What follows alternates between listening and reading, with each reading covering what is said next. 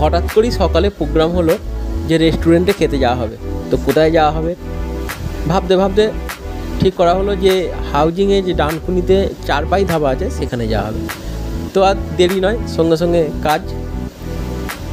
সন্ধ্যায় সকলে মিলে চলে যাওয়া হলো সপরিবারে চারপাই ধাবায়। মাও ছিল, মাকেও ছাড়িনি, মাকেও সঙ্গে করে নিয়ে গেছিলাম। মা যেতে চাইছিল না, মাকেও সঙ্গে করে নিয়ে গেছিলাম। তো দিদিদের ডেকে নিয়েছিলাম, রঙ্গনটাও এসেছিলো, রঙ্গনদের ডাকলাম। আমি পিয়ালি তুতান সবাই মিলে গেছিলাম। ওই যে দেখা যাচ্ছে রঙ্গনটা সব ওইদিকে টেবিলটায় বসে রয়েছে। খাওয়া হলো চিকেন তন্দুরি, তারপরে খাওয়া হলো রাইস, চিলি চিকেন। ওখানকার পরিবেশটা বেশ সুন্দর ছিল, খুব ভালো লাগছিল। সকলে মিলে সন্ধ্যের পরিবেশটা বেশ কেটেই গেল, ভালো লাগলো, খুব ভালো লাগলো। অনেকদিন পরেই যাওয়া হলো, এরকম ভাবা হয় যাওয়া হয় না।